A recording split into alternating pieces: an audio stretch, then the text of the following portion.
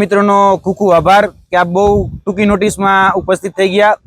ખાસ કરીને જોવા જઈએ તો ફરી એક વખત ગુજરાતના યુવાનો સાથે એ ના ભવિષ્ય સાથે એ રમત રમાઈ રહી છે અને દરેક વખતની જેમ આજ વખતે પણ પાડાના વાકે પખાલીને ડામ એ ઉમેદવારોને ભોગવવાનો વારો એ આવ્યો છે।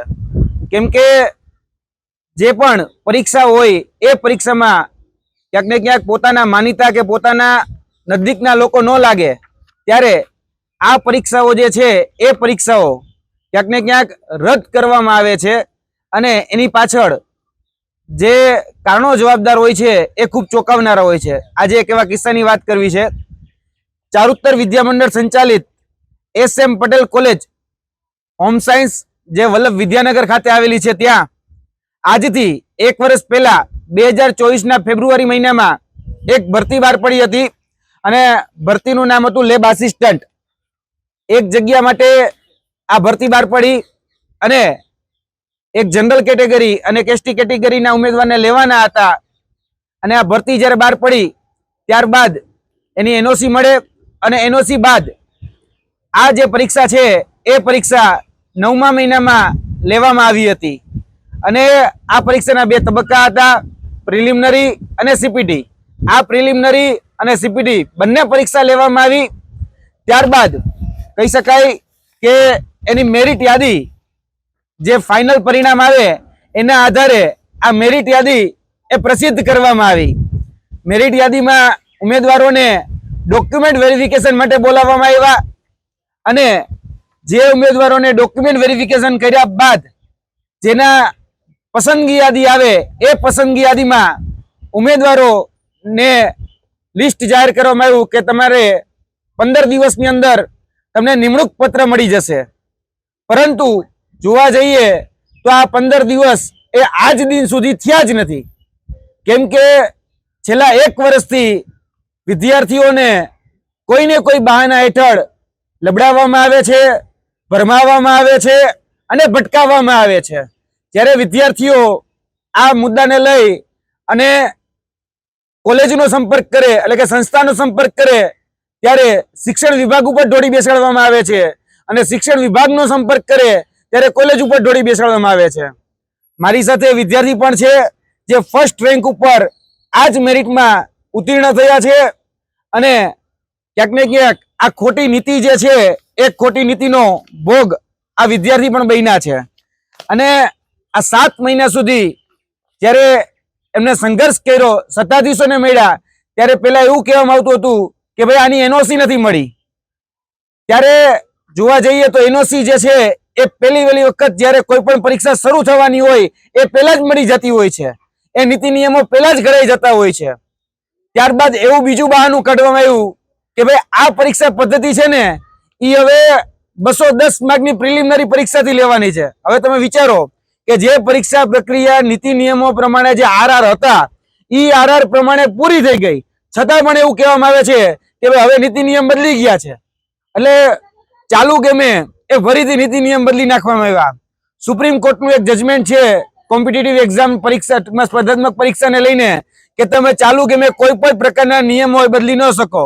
તો હવે એવું કહેવામાં આવે છે કે તમારી નવી પરીક્ષા લેવાશે। તો કે ભાઈ ક્યાં નીતિ નિયમ પ્રમાણે? તો કે ભાઈ નવો સિલેબસ આવશે, નવી પ્રક્રિયા આવશે અને આ પદ્ધતિ છે પરીક્ષા પદ્ધતિ એ નવી ઇમ્પ્લિમેન્ટ કરવામાં આવશે। એટલે ક્યાંક ને ક્યાંક વિદ્યાર્થીના ભવિષ્ય સાથે ક્રૂર મજાક ચાલી રહી છે। 7 મહિના જેટલો સમય વીતી જાય અને છતાં પણ જે વિદ્યાર્થીઓ છે એ વિદ્યાર્થીઓને ક્યાંક ને ક્યાંક ભરમાવવામાં ભટકાવવામાં આવી રહ્યા છે।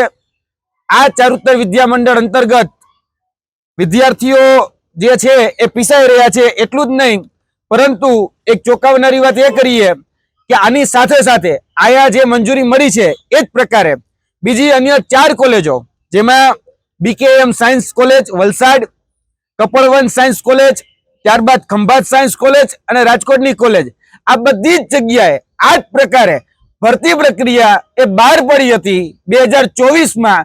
આ જ ભરતી નિયમોના આધીન એમાં ભરતી કરવામાં આવી અને આ જ ભરતી નિયમોના આધીન એમાં નિમણૂક મળી ગઈ અને જ્યારે આ બેન નિમણૂક લેવા જાય છે ત્યારે એમને કહેવામાં આવે છે કે આમાં વાર લાગશે, 15 દિવસનો સમય થશે। આમાં અમારે મંજૂરી માટે અટકાવ્યું છે, આમાં સિલેબસ બદલાવાનો છે, એટલે કોઈને કોઈ બહાના હેઠળ ક્યાંક ને ક્યાંક વિદ્યાર્થીઓને ગેરમાર્ગે દોરવામાં આવે છે. અને આ જે 4 કોલેજ કીધી એમાં પણ જે પ્રક્રિયા હતી એ પ્રક્રિયા એ જ સમયમાં પૂર્ણ કરવામાં આવેલી અને અત્યારે એ ઉમેદવારો હાલ એમાં નોકરી કરી રહ્યા છે. તો same condition, same position, same recruitment process, same recruitment rules બધું જ સેમ હોવા છતાંય અહીંયા નિમણૂક નથી મળી અને એક જગ્યાએ મળી જાય છે.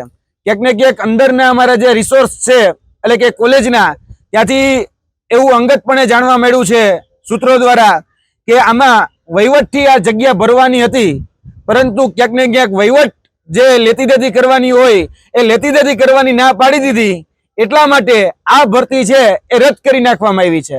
હવે સાચું કારણ શું, કાં તો શિક્ષણ વિભાગ કહી શકે અને કાં કોલેજ કહી શકે. અમે આશા અપેક્ષા રાખીએ છીએ કે તાત્કાલિક ધોરણે આ જે ભરતી છે એ ભરતીમાં નિમણૂક આપવામાં આવે. આ ભરતી પ્રક્રિયા હવે એવું કહેવામાં આવી રહ્યું છે કે રદ કરી અને નવીથી લેશું. તો મહેરબાની કરી આ જે જૂની પ્રોસેસ છે એને કન્ટિન્યુ રાખી તમારા જે ધારાધોરણ હતા ધારાધોરણ પ્રમાણે ઉમેદવારે પરીક્ષા પાસ કરી છે તો એને મહેરબાની કરીને ભોગવવાનો વારો ના આવે. કારણ કે રિક્રુટમેન્ટ રૂલ્સ તમે બનાવ્યા છે, નીતિ નિયમો તમે બનાવ્યા છે, પરીક્ષા તમે લીધી છે, પરિણામ તમે જાહેર કર્યું છે, ડોક્યુમેન્ટ વેરિફિકેશન તમે કર્યું છે, બધી જ પ્રક્રિયા એ તમે કરી છે અને એ તમામ પ્રક્રિયાઓમાંથી આ ઉમેદવારો પાસ થયા છે. તો હવે શા માટે આ ભોગવે એ અમને નથી સમજાતું. કારણ કે તમારા જે નીતિ નિયમો હતા એ નીતિ નિયમોને આધીન આ પરીક્ષાઓ પાસ થયા ઉમેદવારો આજે ભોગવી રહ્યા છે. એટલે અમે ફરીથી કહીએ છીએ કે પાડાના વાકે પખાલીને ડામ એ ક્યાં સુધી ઉમેદવારો ભોગવશે. મારી સાથે વિદ્યાર્થીની પણ છે, એ પણ પોતાની જે પણ વ્યથા, જે પણ પીડા જે છે એ વ્યક્તિ એને મહેરબાની કરીને ભોગવવાનો વારો ના આવે. કારણ કે રિક્રુટમેન્ટ રૂલ્સ તમે બનાવ્યા છે, નીતિ નિયમો તમે બનાવ્યા છે, પરીક્ષા તમે લીધી છે, પરિણામ તમે જાહેર કર્યું છે, ડોક્યુમેન્ટ વેરિફિકેશન તમે કર્યું છે, બધી જ પ્રક્રિયા એ તમે કરી છે અને એ તમામ પ્રક્રિયાઓમાંથી આ ઉમેદવારો પાસ થયા છે. તો હવે શા માટે આ ભોગવે એ અમને નથી સમજાતું. કારણ કે તમારા જે નીતિ નિયમો હતા એ નીતિ નિયમોને આધીન આ પરીક્ષાઓ પાસ થયા ઉમેદવારો આજે ભોગવી રહ્યા છે. એટલે અમે ફરીથી કહીએ છીએ કે પાડાના વાકે પખાલીને ડામ એ ક્યાં સુધી ઉમેદવારો ભોગવશે. મારી સાથે વિદ્યાર્થીની પણ છે, એ પણ પોતાની જે પણ વ્યથા, જે પણ પીડા જે છે એ વ્યક્ત કરશે.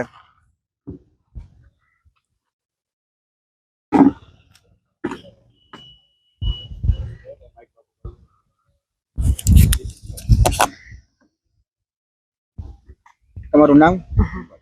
મારું નામ રાઠવા નૈના કનુભાઈ છે. હું અમદાવાદ રહું છું.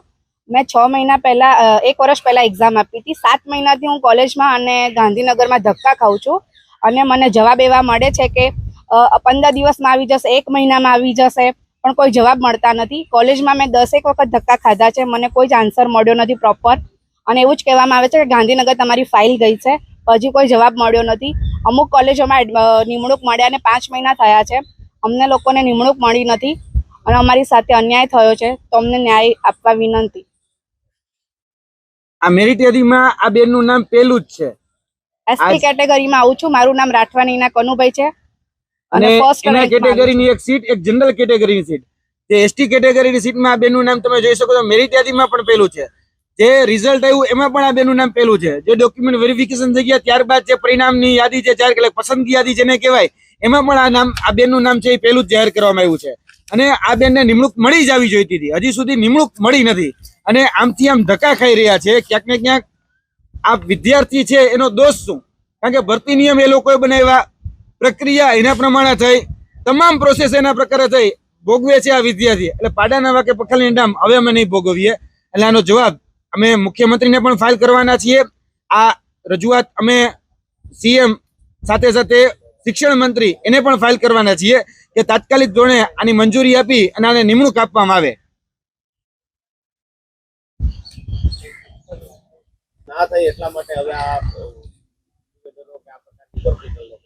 ખાસ કરીને જ્યારે પણ આ પ્રકારની ટ્રસ્ટ અંતર્ગત આવતી હતો તો કદાચ કહી શકાય કે તમે ભૂતકાળમાં પણ જોયું છે, આશ્રમ શાળાઓ જે છે એમાં જે ભરતીઓ થતી હોય છે તો એમાં પણ આવું જ એક તરકટ, આવું જ એક સર્કસ અને આવું જ એક નાટક કરવામાં આવતું હોય છે કે છેલ્લે જ્યારે કોઈ ઉમેદવારને લેવાનો હોય અને માની લો કે કોઈ પૈસા ન દે તો એના પછીના બીજા ઉમેદવારને કે ત્રીજા ઉમેદવારને ઓફર કરવામાં આવે, એ પણ પૈસા ન દે તો ચોથા પાંચમા ઉમેદવારને ઓફર કરવામાં આવે છે અને એને અટકાવી રાખવામાં આવે છે કે ભાઈ ઉપર તેમને એનઓસી નથી મળી.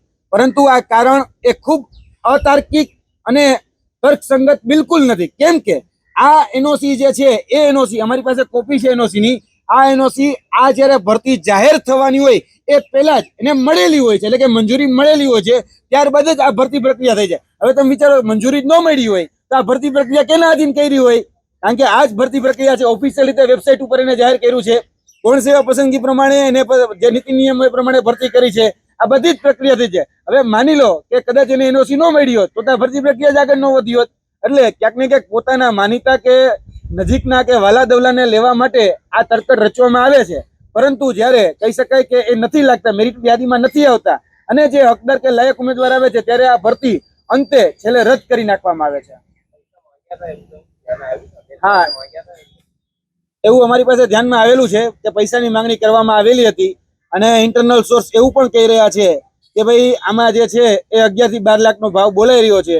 જે વ્યક્તિ 11 થી 12 લાખ આપે એ આ ભરતી પ્રક્રિયામાં એને સીધો ઓર્ડર મળી જતો હોય છે.